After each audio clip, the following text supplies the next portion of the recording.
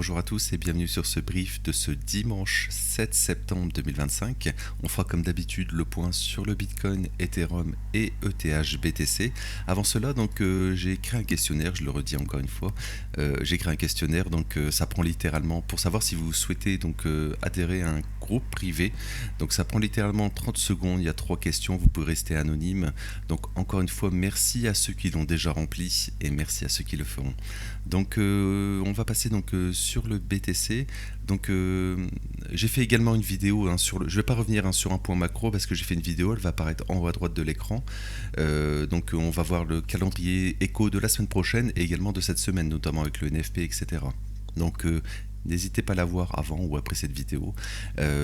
Sur le Bitcoin, on n'est pas encore un revenu. Alors, je vais passer en daily plutôt.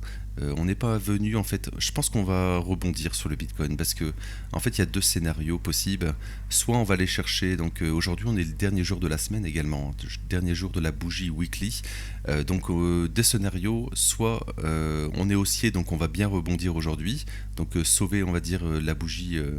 Weekly et semaine prochaine on va chercher les plus bas ici, un plus bas de septembre en fait, de la bougie de lundi en fait, bougie weekly et mensuelle, c'était donc lundi, donc 1er septembre. Soit on va faire ça et rebondir ensuite, faire en fait une dernière prise de stop, ou soit on va faire l'inverse, ce qui serait très négatif en fait. Ça veut dire qu'on va rebondir peut-être aujourd'hui, peu importe finalement, le dimanche, le week-end ça reste très tranquille, à part finalement en fin de dimanche, on va dire, avant la clôture, généralement il y a cette volatilité, mais ça, voilà, ça c'est plutôt cet après-midi, fin d'après-midi et la soirée. Soit on fait la prise de stop, dernière prise de stop, ou soit on fait l'inverse. Ça veut dire qu'aujourd'hui on rebondit et semaine prochaine, début de semaine prochaine, on va chercher au nord. Ça veut dire le Fair Value Gap Weekly. Si vous regardez Fair Value Gap Weekly et daily ici. Début de semaine prochaine haussier. Chercher au nord. On a deux equal high, je le redis ici. Deux equal high à aller chercher. Et donc à la suite faire une continuation baissière, et la continuation baissière pourrait être beaucoup plus forte finalement, et surtout le faire avant les stats éco, parce qu'on a eu le NFP cette semaine, vendredi, NFP négatif.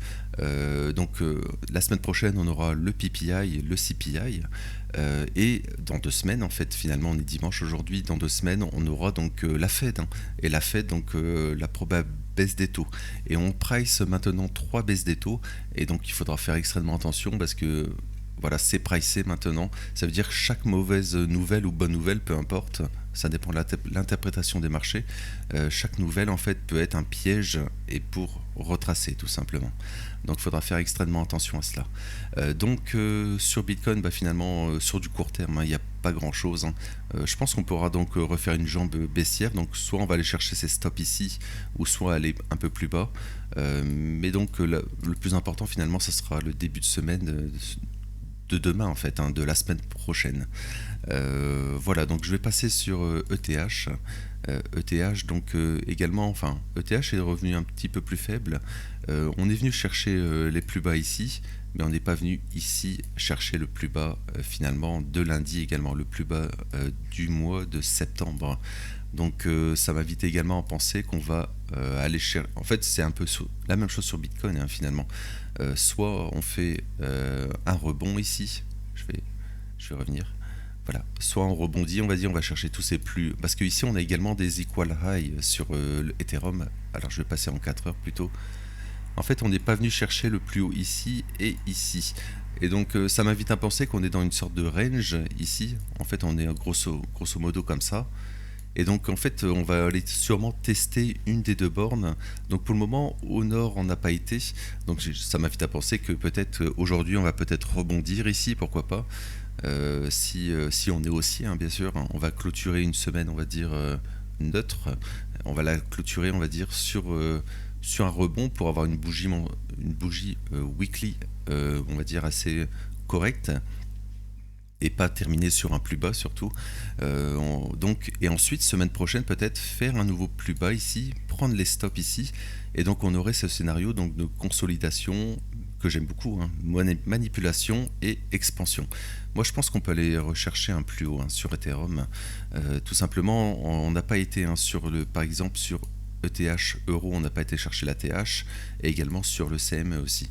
Donc aujourd'hui, on n'aura pas grand-chose parce que le CME est fermé, mais ça m'invite peut-être à penser, on va peut-être ouvrir demain comme ça, aller chercher lundi ou mardi les plus bas, et ensuite aller chercher au nord, parce qu'on n'a pas été chercher la TH, et également sur ETH BTC, je vais y aller. ETH BTC, on n'a pas également été chercher le fair value gap mensuel. Ça, je le dis depuis plusieurs semaines. Mais donc, on s'est arrêté juste avant. Donc, finalement, on accumule des stops.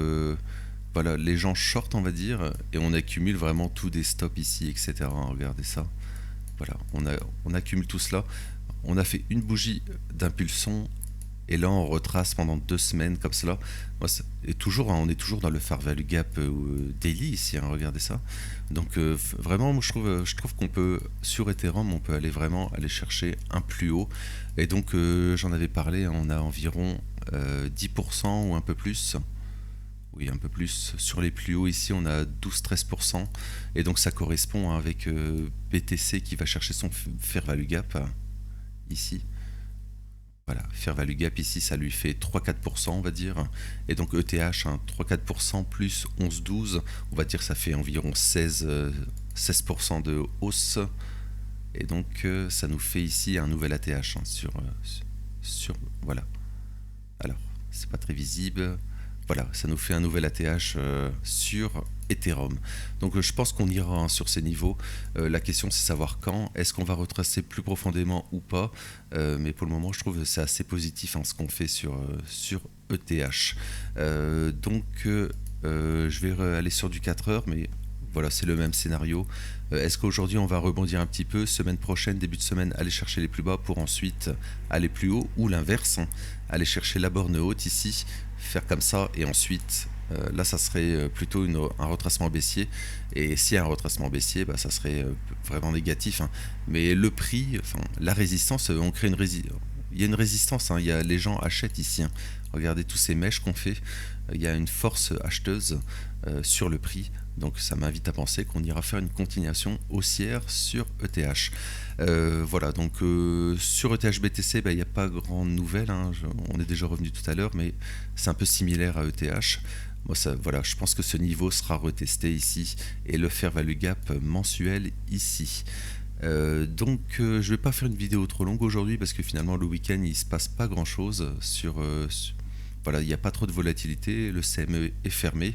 Donc on va se retrouver demain pour l'ouverture donc des futurs, donc le CME également, et bien sûr des indices, les indices US.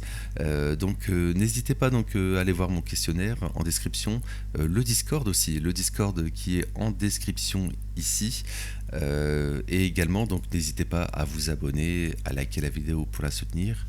Et donc je vous souhaite une bonne fin de week-end et merci.